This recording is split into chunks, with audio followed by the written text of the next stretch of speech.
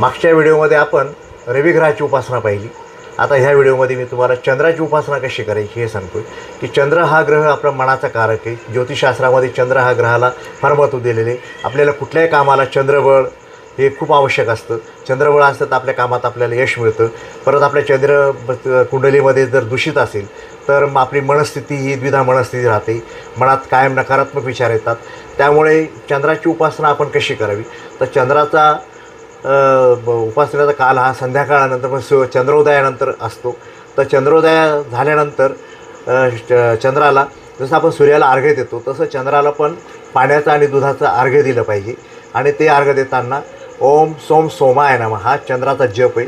हा जप करत करत त्याला अर्घ्य दिलं तर आपली मनस्थिती ही चंद्रबळामुळे चांगली सुधारते.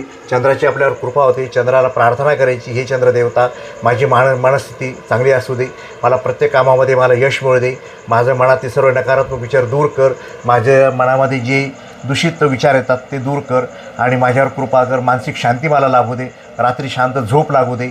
ही प्रार्थना करून आपण जर चंद्राची उपासना केली तर ती नक्की आपल्याला फलदायी होते. आणि चंद्राचं जे दान आहे तांदूळ आणि साखर आणि दूध, तर हे सफेद वस्तूचं दान आहे. तर हे एखाद्या गरिबाला आपण दान केलं, साधारण 1 किलो तांदूळ, एखादा लिटर दूध, 1 किलो साखर, की जेणेकरून त्याचं प्रपंच त्या दिवशी तो पूर्ण खाऊ शकेल, ते भात करून खाऊ शकेल, त्यांचे पोटं भरतील, असे गरिबाला तुम्ही दान करा.